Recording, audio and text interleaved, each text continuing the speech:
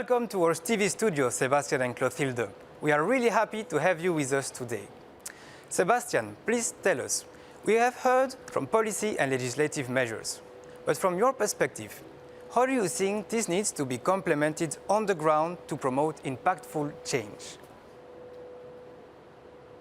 Thank you very much for the kind introduction, Pablo, and for that question. Following up from the FAO high-level discussion on reducing commodity-driven deforestation that we've just seen, Clothilde and I would like to discuss how to actually translate those policy goals into real impact for forests and for people on the ground. As you know, forests are instrumental in protecting biodiversity, fighting climate change, as well as also securing people's livelihoods in agriculture. But of course, forests are under severe pressure. That's due to agricultural expansion. The EU imports a major share of agricultural commodities. If you look at palm oil, look at soy, cocoa, coffee, rubber, and all of that drives deforestation in the tropics. Now, this is why we as a German Federal Ministry for Economic Cooperation and Development very much support the announcement of the European Commission that they will be presenting a legislative proposal to stop deforestation, to minimize deforestation and forest degradation. However, we also believe that regulation alone will not be sufficient if we want to effect real change. So what we are looking for is a smart mix where you have strong regulatory measures for the EU market, but you accompany that by comprehensive development programs in the producing countries. These are supply-side measures, and they should help to enable governments, small and medium enterprises, producers in our partner countries to comply with the new regulatory standards and to actively make our supply chains more sustainable. Now, make no mistake, it's very clear that many interdependencies exist between deforestation, so ecological sustainability on one hand, and the livelihoods of farmers, smallholder farmers, indigenous communities in partner countries on the other hand, such as Indonesia. That's why I want to give the floor to Clothilde. How do you address the issues of deforestation and living incomes, living wages in our BMZ finance projects in Indonesia? Thank you for your question, Sebastian. Indeed, as a GIZ advisor in the district of Kapuasulu in Borneo, Indonesia, I work on projects related to deforestation and living income and wages in agriculture commodity supply chains such as palm oil and rubber. So in Kapuasulu, we work through a jurisdictional approach, which means that we try to achieve sustainability across different supply chain in a certain administrative region, with the long-term goal of creating a sustainable sourcing area for agriculture commodities and products.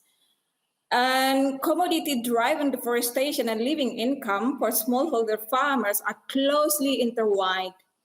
They can be best addressed through a holistic approach that addresses an entire jurisdictional rather than single plantation.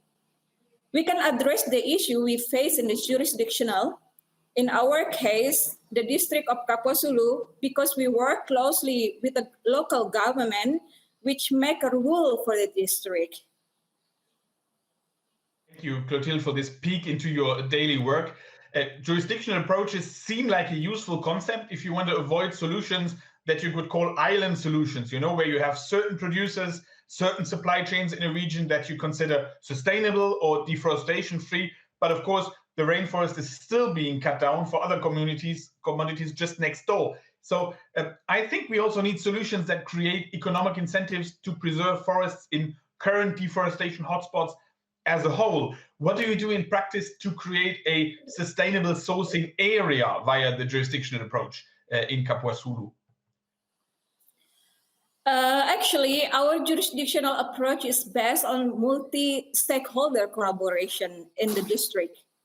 So we work together closely with the local government, local society, private sector, as well as a cooperative farmer and smallholder farmers. So then on our initiative, the government of Kapuasulu is established multi-stakeholder forum for UNESCO Biosphere Reserve, which cover the whole jurisdictional of Kapuasulu, including 2 largest forests of national park. So KwaZulu Biosphere Reserve Multi-Stakeholder Forum also provide an opportunity to go beyond purely biosphere reserve matters by using its focal point for multi-stakeholder cooperation on topics such as sustainable agriculture supply chain, land use, and also standards. So it is legally established body which include the representative local government, a private sector, civil society, and also other important stakeholders. So through this jurisdictional approach, GIZ support the branding and marketing of a portfolio of green economy products. So these products coming from KwaZulu Biosphere Reserve. So then also we connecting that to domestic and international market. So this support include a series of learning workshops with government officials will take place in the framework of the multi-stakeholder forum. So through our working group on land tenure, so we also established a local mediation task desk for land conflict in KwaZulu.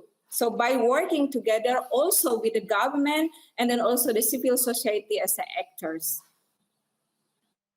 Thank you, Clotilde. This is interesting because it's a very concrete example. So if all stakeholders in a certain jurisdiction are on board, real change seems to be possible towards sustainable supply chains, towards reduced deforestation. But how do you make sure that the weakest stakeholders can really profit from that change? I mean the smallholder farmers, indigenous communities at the beginning of that supply chain. How do you have those on board?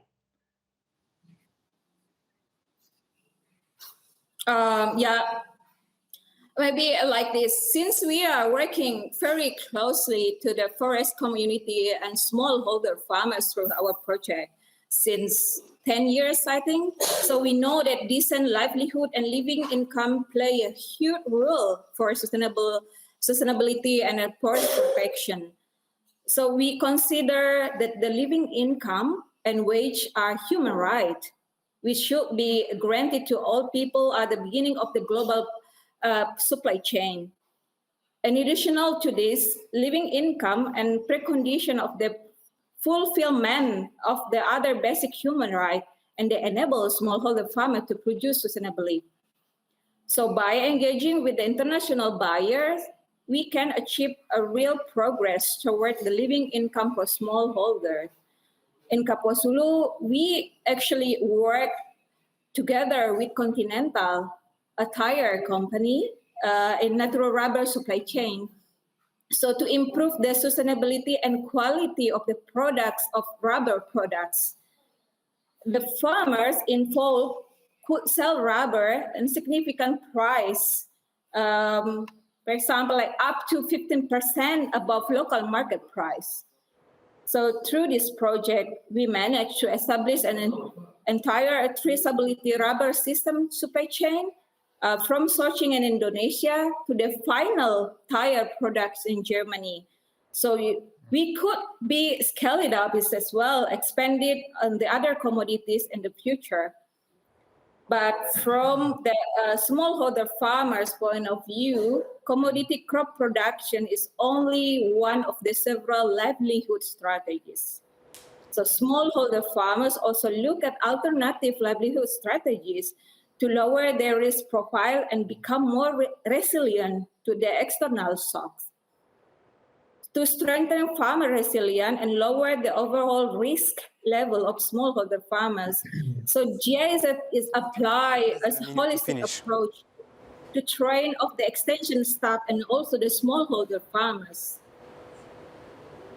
Thank you, Clotilde. I think we can better understand now why living incomes and wages are a precondition for decent livelihoods, for rural communities, and for the observance of human rights in producing countries. And with that, thank you. I hand it back to you, Pablo. Thank you.